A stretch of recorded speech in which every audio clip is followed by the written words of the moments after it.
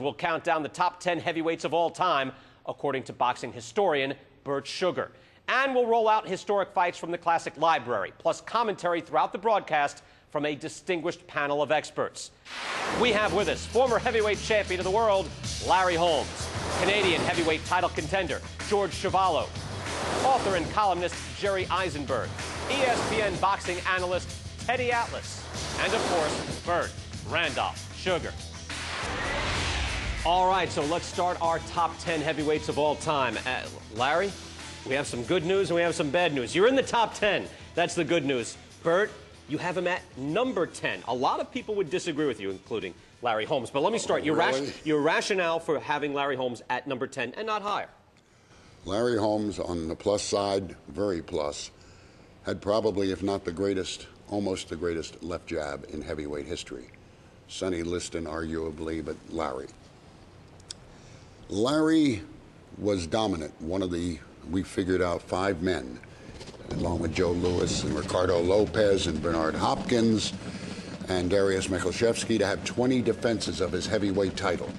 However, some of those were against wonderful people who weren't even household names in their own households, like Lorenzo Zanon and Alfredo Evangelista and Osvaldo Ocasio, etc. But bringing up how difficult it is for any champion to clean out his division, which he did over a 7-year period. He did. He held the title for 7 years. He had one of the greatest fights, which is totally unrecognized by most people, or at least slid over, against Ken Norton for the vacant WBC championship. All that said, Larry Holmes was somehow, some way, somewhere lost in the shadow of Muhammad Ali, whom he basically succeeded.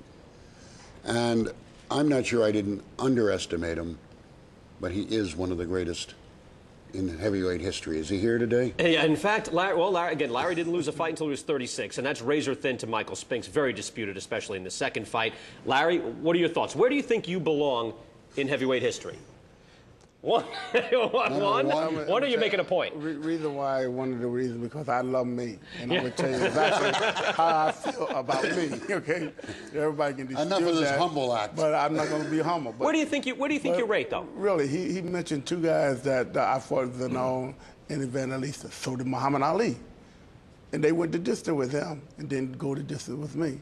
See, it's a lot of room to put me as one of the top great heavyweights. And I really don't care about that. I don't really get into that. But if you ask me, I'm going to say I'm number 1. Ali couldn't whoop me. Ali didn't have the jab that I had. I started working with Muhammad Ali in 1971.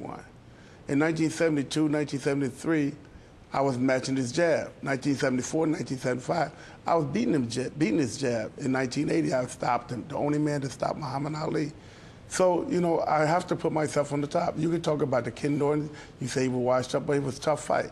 If all the guys that I fought at that time, and you put them all in one basket, they was all great fighters. I was superior than all of the fighters, including Muhammad Ali. You know, Bert never quite saw this. Like, look, who's the greatest? It's in print. It must be true. Who's the greatest? Me. It's Larry Holmes. Me.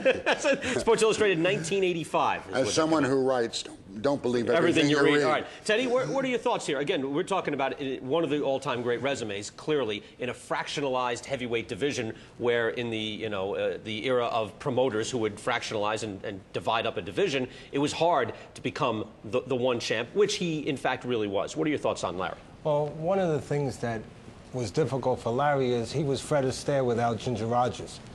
And there's a lot of truth to that. I mean, Ginger Rogers came along and made Fred Astaire, you know, great with a partnership. There was no great fight out there. Ali had Frazier, he had Foreman, he had all those guys. And this man here didn't have those kind of defining fights to make him a mark in history to the point where people would say, yes, this is one of the greatest of all times. So he gets overlooked a little bit, but he was so consistent. I mean, all those title defenses begs to tell you how consistent he was. But he was so steady. To me, that was the greatest trait of his, is how steady he was.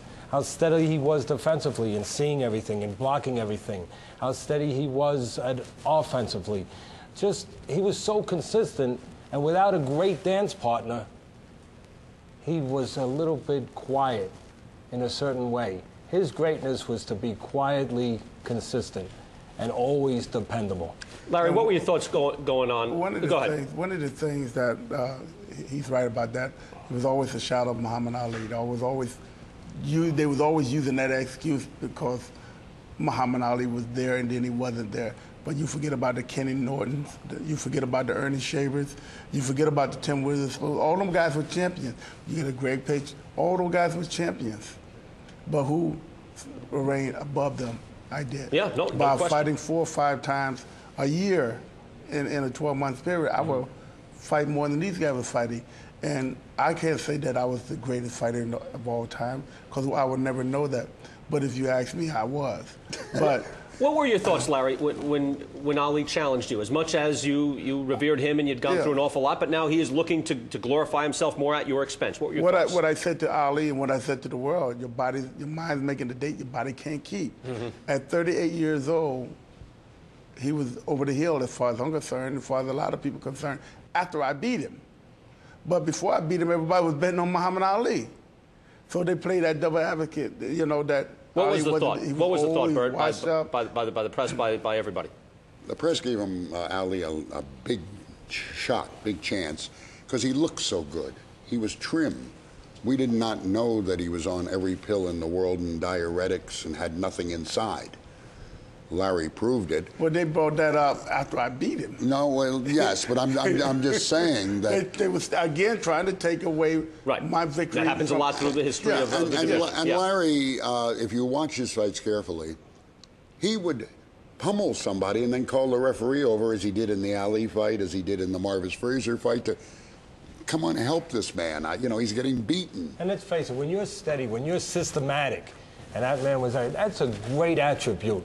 But it's not something that people jump at. It doesn't sizzle. You know, it doesn't sizzle. You know, it's not something that people say, wow. You know, I remember that. It's not something that's sensationalized, like some of the things some of these other fighters had. And in that way, you know, he quietly goes on the list. I walked, and I didn't talk the talk. Well, you got off the floor. But I'll tell you one thing. But you are today. Because I learned now that I'm older and I want to talk about myself. But Ali always say he was the greatest. Come on, I'm the greatest. I didn't do all of that because what puts him on the list is you say about I didn't do this, I didn't do that. You got off the floor with Ernie Shavers, one of the greatest punchers of all time, 2 times. Ernie Shavers, a guy who could hit a wall and knock it down. And that alone, you got to be on the list. Yeah, but why you put me number 11? No, 10. No, 10.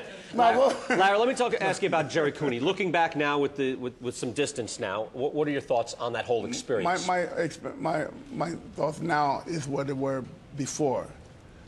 They built Jerry Cooney up to be great, and he were, but he had to fight me, become greater. Now I take Jerry Cooney to school, beat him up, outbox him, then they take it all away and tell Jerry he was nothing. Jerry Cooney was put in a no-win situation with me. You win, you're the greatest. You lose, you were never nothing. So that takes away from me. Jerry Cooney would have fought anybody else that night. He'd have been heavyweight boxing champion of the world.